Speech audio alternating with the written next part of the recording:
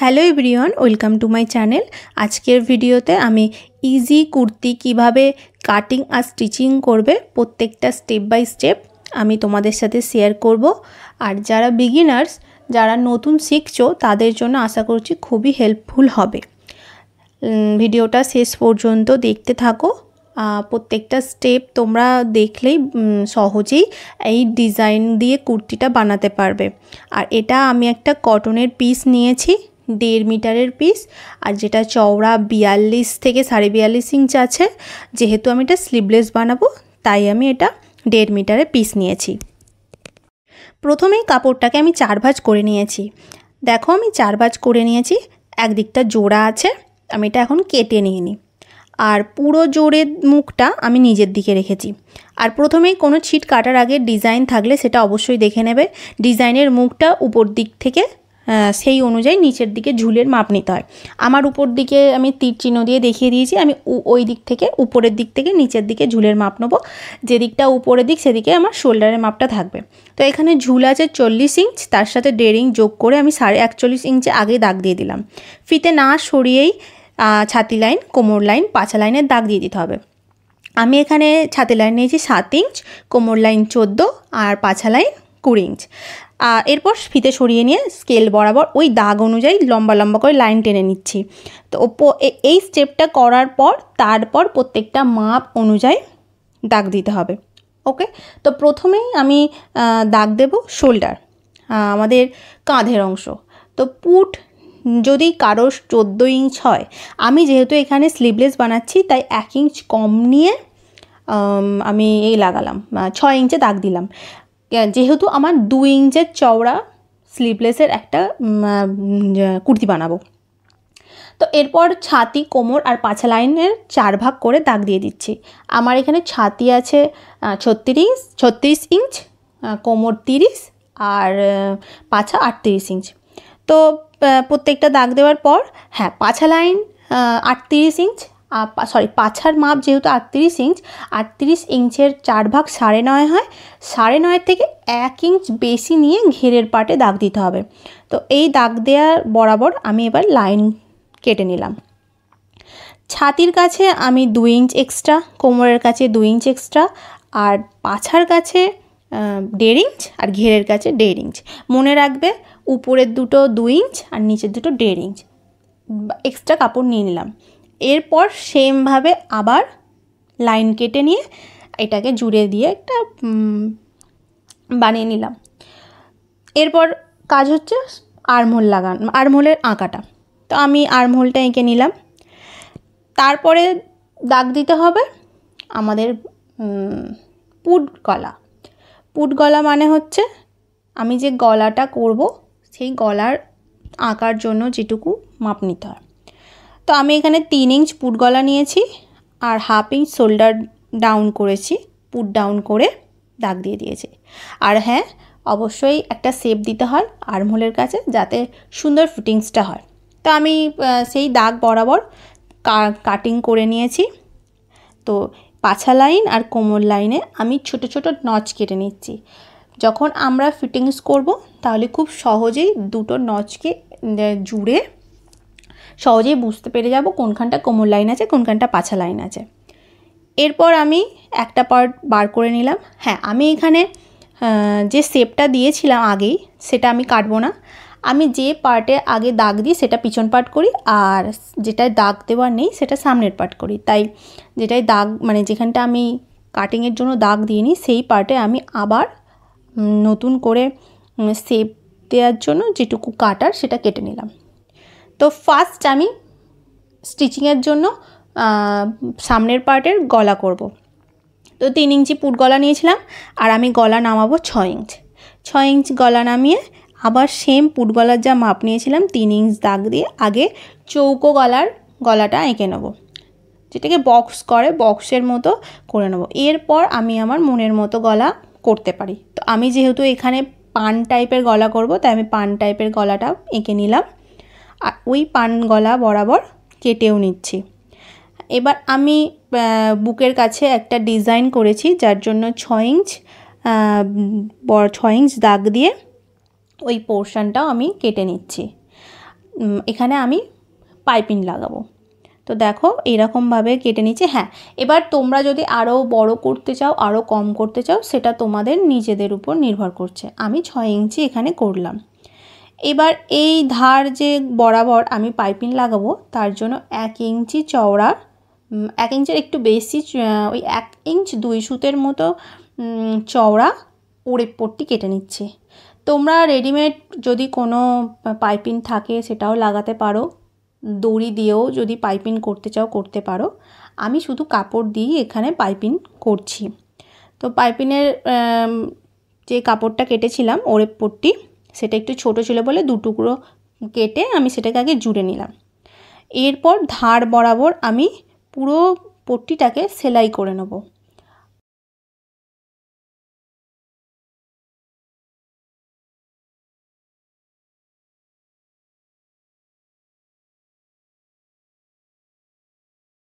তো এরপর এই পট্টিটা আমি ওই গলায় পুরো বরাবর এইভাবে আগে সেলাই করে বসিয়ে নেব।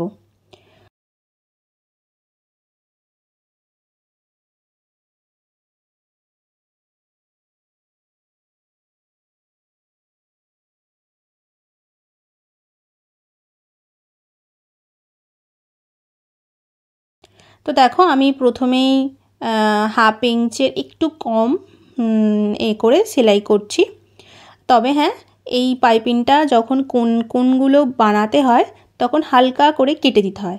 কেটে দিলেই ওই পাইপিংয়ের ছিটটা বেঁকে নিচের দিকে নেমে গেল, তো তাতে সেলাই করতে সুবিধা হলো।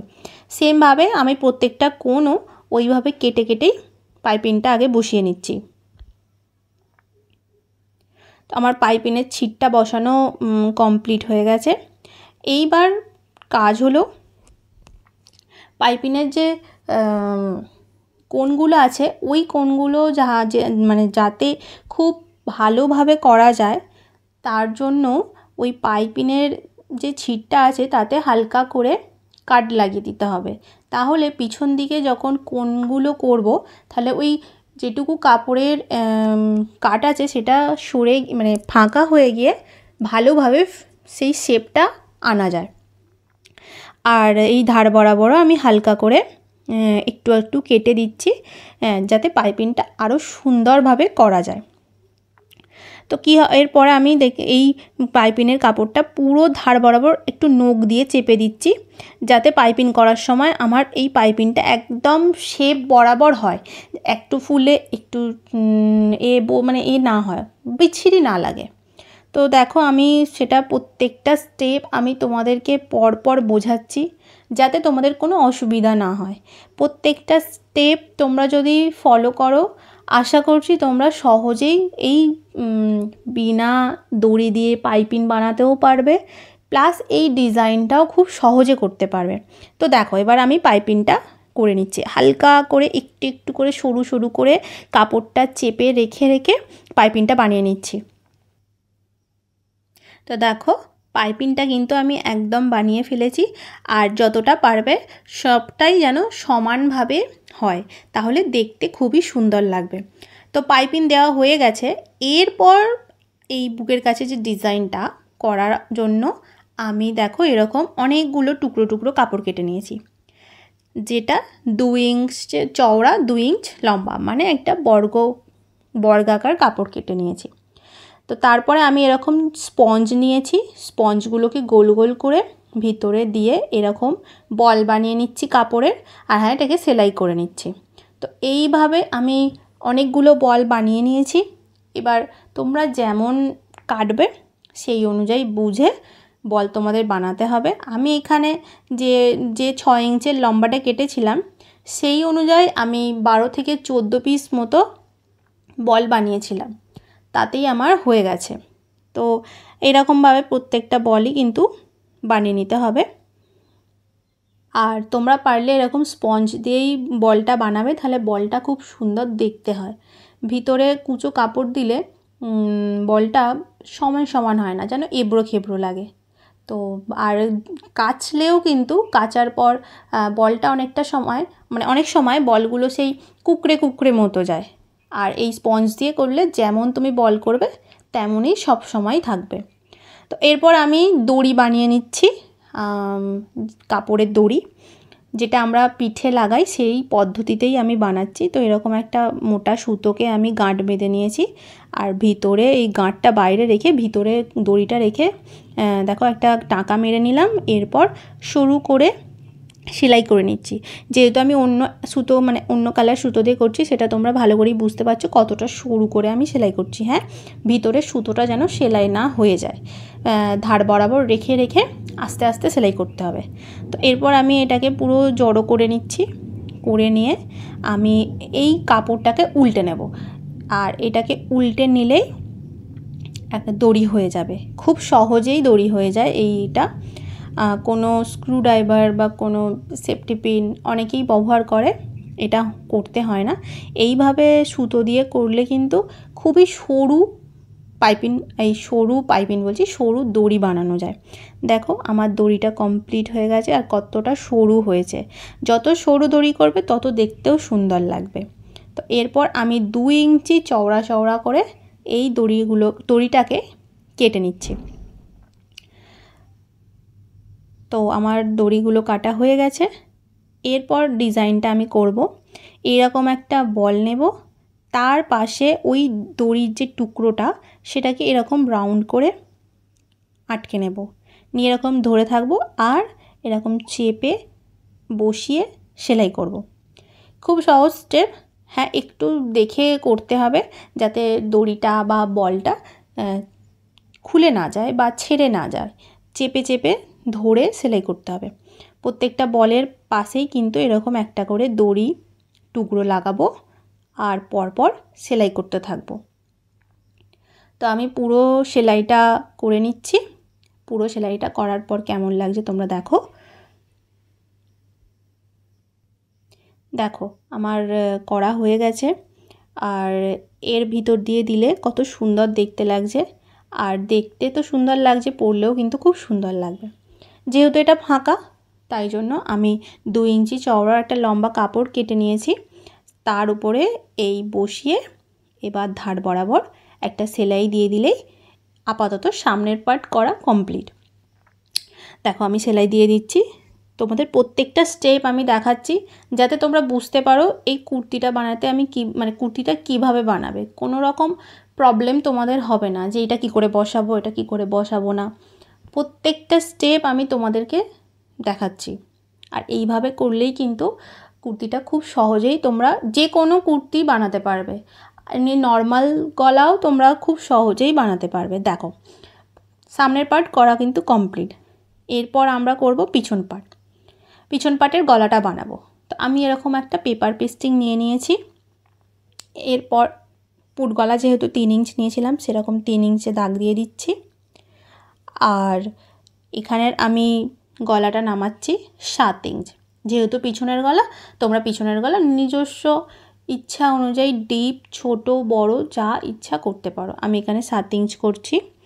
এরপর সেমভাবে বক্স বানিয়ে নিচ্ছি।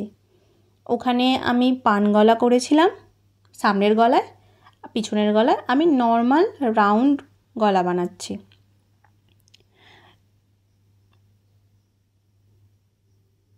তারপর 1/2 ইঞ্চ চওড়া করে একটু একটু করে দাগ দিয়ে দিচ্ছি।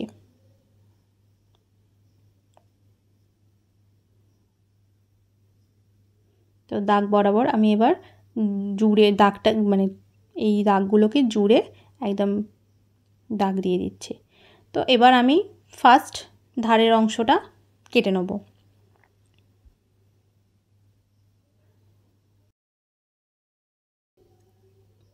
এরপরে করব কি, আমি হালকা করে ওই 1/2 ইঞ্চ চওড়া মতো একটা দাগ দিয়ে দেবো। ওই পোর্শনটা আমি কাটবো না। এই দেখো আমি কিভাবে কাটছি। ওখানটা যদি আমি কেটে দিই তাহলে অনেক সময় বসাতে অসুবিধা হয়, আর ওটা যদি না কাটি তাহলে একদম পারফেক্ট যে গলাটা সেটা খুব সহজেই বসিয়ে দিতে পারবে। ইস্ত্রিতে যখন পেস্টিংটা বসাবে কাপড়ের উপর, এদিক ওদিক বেঁকে যাবে না। দেখো পুরো প্লেন সেটা একদম নর্মাল বসে যাবে। এই যে এরকম করে আমি প্রথমে কেটে নিলাম। এরপর দেখে নেব কোন দিকটা আঠার দিকটা। দেখো চকচক করছে যে দিকটা, সেটা হচ্ছে আঠা। তো আমি ওটা বসিয়ে নিচ্ছি ইস্ত্রিতে। খুব বেশি গরম করবে না ইস্ত্রি, তাহলে কিন্তু এটা পুড়ে যাবে। হালকা গরমে আমি পুরো পেস্টিংটা বসিয়ে নিচ্ছি।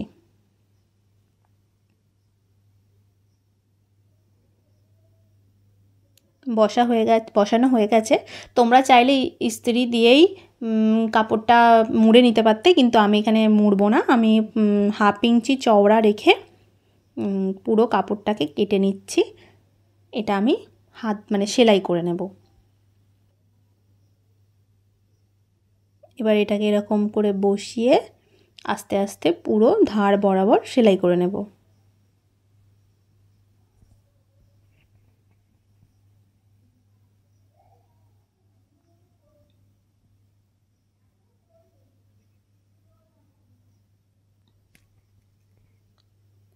তো আমার এটা সেলাই করা হয়ে গেছে।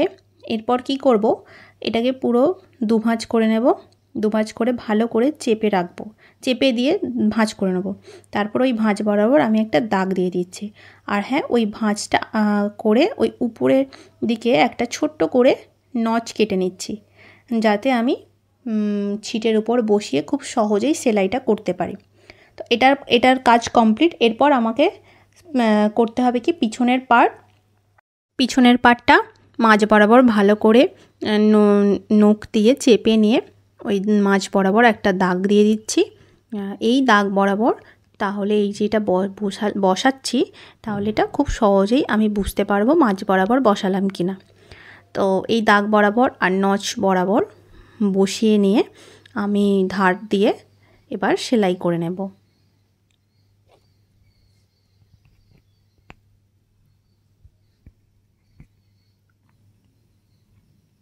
সেলাই করা হয়ে গেছে। এখন আমি এই একটু একটু করে কাপড় রেখে দাগ দিয়ে দিচ্ছি। এই দাগ বরাবর কেটে নেব।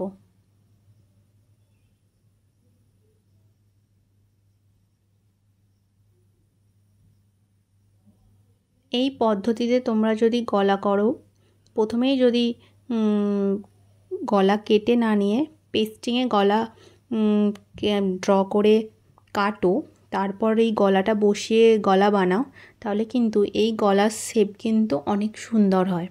তোমাদের কোনো অসুবিধাই হবে না। যে কোনো ধরনের যে কোনো ডিজাইনের গলা তোমরা খুব সহজেই বানাতে পারবে। তো আমার এরপরের স্টেপ হলো কাঁধগুলো জুড়ে নেওয়া। তো কাঁধ জোড়ার একটা পদ্ধতি আছে, সেটা হলো এই পেস্টিংটা ধারে করে তার উপর এই সামনের পাটটা বসিয়ে নিয়ে আবার ওই পট্টিটা তার উপরে চেপে বসিয়ে দিতে হবে। এরম করে বসালে তাহলে কোনো কাঁচা সেলাই হবে না, মানে তোমার কাঁধ থেকে বারবার সেলাইয়ের অংশটা বেরিয়ে যাবে না। পুরো চেপে বসে গেলে খুব সুন্দর দেখতে হবে। আর কোনো রকম ভিতর থেকে সুতো, কাপড় কোনো অংশই বারবার কাঁধ দিয়ে বেরিয়ে যাবে না, যেটা বেরিয়ে গেলে বারবার ঢোকাতে হয়, বাজে লাগে। তো এইভাবে আমি দুটো কাঁধকে ভালো করে জুড়ে নিচ্ছি।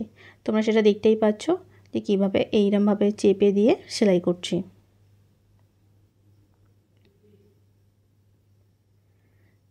দুটো কাঁধ জোড়া হয়ে গেছে। এরপর দেখো খুব সহজেই কিভাবে তোমরা এটাকে ভিতর থেকে খালি টেনে দিলেই হয়ে যাবে। দেখো এতে কি হলো, সেলাইয়ের অংশটা বোঝা গেল না। তারপর সামনের পাটের যে অংশটাও সেটা ভিতরে পুরো চেপে গেল। এতে খুব সুন্দর সেলাইটা হয়।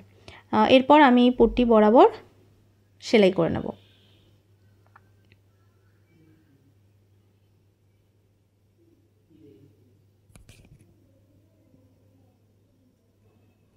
পিছনের গলাও হয়ে গেছে। এর নেক্সট স্টেপ হলো হাতার অংশে পাইপিং লাগানো। তো আমি এই যে গলায় যেভাবে পাইপিং লাগিয়েছিলাম, সেম পদ্ধতিতে আমি দুটো হাতায় পাইপিং লাগিয়ে নিয়েছি। এটা আর দেখালাম না, তোমরা খুব সহজেই বুঝতে পেরেছো আমি কি পদ্ধতিতে লাগিয়েছি। তো এরপর আমি ফিটিংস করব। তো ফিটিংসের আগে কি করব, কোমর লাইনে যে নচটা কেটেছিলাম, সেই কোমর লাইন থেকে আমার হাতা পর্যন্ত আগে একটা সেলাই করে নেব। দুদিকে যদি আমি এই সেলাইটা করে নিই, তাতে একটা সুবিধা হয়, কাপড়টা সরে যাবে না। পুরো বসে যাবে।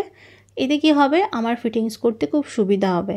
তোমরা চাইলেই একেবারেই ফিটিংস করতে পারো। তো অনেক সময় কি হয়, ভিতর নিচের কাপড়টা হয়তো সরে গেল, তোমরা বুঝতে পারলে না, তখন ফিটিংসের গড়বড় হয়।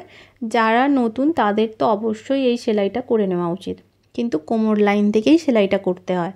পাছা লাইন থেকে করলে কিন্তু পাছায় তুমি ওই ধার বরাবর যে সেলাইটা করে নিতে হয় সেটা আর করতে পারবে না। তো আমি দুটো দিক সেলাই করে নিলাম, এতে আমার সুবিধা হয়। দেখো এখানে আমি 2 ইঞ্চ করে এক্সট্রা কাপড় নিয়েছিলাম, আর যে এক্সট্রা কাপড়টা সেই অনুযায়ী ওদিকেও 2 ইঞ্চ নেওয়া ছিল। তো আমি এদিকে সেমভাবে 2 ইঞ্চ ছাতির কাছে আর কোমরের কাছে নিয়ে নিলাম। আর পাছার কাছে কিন্তু আমি 1.5 ইঞ্চ নিয়েছিলাম, তো আমি এখানে 1.5 ইঞ্চ দাগ দিয়ে দিলাম। এরপর এই 3টে দাগকে জুড়ে নিচ্ছে। হ্যাঁ, এবার আমি একটা কথা বলি, আমরা যখন দাগ দিই তখন কোনাকুনি হয়, এই কোনগুলোকে কিন্তু হালকা রাউন্ড করে শেপ দিয়ে দিতে হবে, এতে ফিটিংস কিন্তু বেশি ভালো হয়।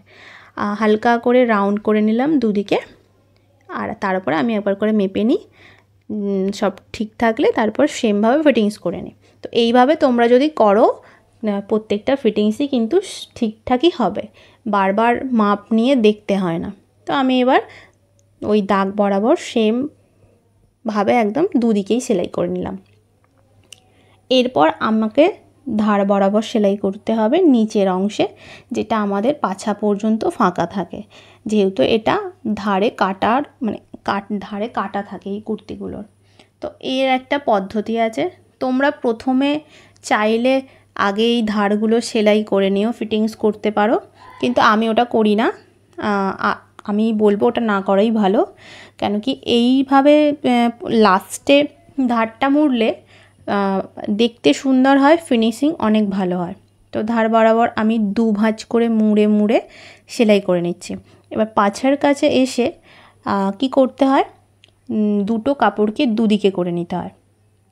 এই দুদিকে করে নিলাম, দুদিকে করে নিয়ে ভালো করে চেপে ফার্স্ট একদিকেরটা সেলাই করে নিচ্ছি। দেখো দুদিকের কাপড় কিন্তু আমি দুদিকে করে রেখেছি, মানে একদিকেই দুটো কাপড়ের পার্ট রাখিনি। এবার দেখো এই দিকে যে কাপড়টা আমি রেখেছি সেটাকেও 2 ভাঁজ করে মুড়ে একটা সেলাই দিয়ে দিচ্ছি। বাইরে সেলাই যাবে না, ওই পট্টি যেটুকু ভাঁজ করেছি সেটুকুই সেলাই করতে হবে। এরপর সেমভাবে আবার 2 ভাঁজ করে লম্বা বরাবর একদম নিচ পর্যন্ত সেলাই করে নেব। তার আগে নিচের অংশে একেবারে দুটো ভাঁজ দিয়ে দেব।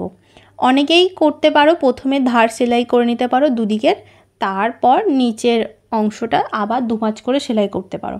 আমি এটা একেবারেই সেলাই করে নিচ্ছি, তাহলে আর বারবার সেলাই করতে হয় না। তোমাদের যেটা সুবিধা হবে তোমরা সেইভাবে করতে পারো। তো কুর্তি যেহেতু বানাচ্ছি তাই একটা সেলাই রাখলেও হতো, কিন্তু চাইলেই তোমরা আবার ধার বরাবর আরেকটা সেলাই করতে পারো। আমি আরেকটা সেলাই করে নিচ্ছি, এটা তোমাদের নিজস্ব ইচ্ছা, তোমরা করতেও পারো না করতে পারো। তো পুরো কুর্তি আমার বানানো কমপ্লিট হয়ে গেছে। তোমাদের কেমন লাগলো অবশ্যই জানিও, আর স্টেপ বাই স্টেপ আমি কতটা বোঝাতে পারলাম সেটাও কমেন্ট করে জানিও। আর নেক্সট ভিডিওতে আমি আরও চেষ্টা করব ডিটেলসে তোমাদেরকে বোঝানোর। তো কুর্তিটা কেমন হয়েছে অবশ্যই লাইক করো, কমেন্ট করে জানিও। আজকের মতো ভিডিও এখানেই শেষ করছি, দেখা হচ্ছে নেক্সট ভিডিওতে।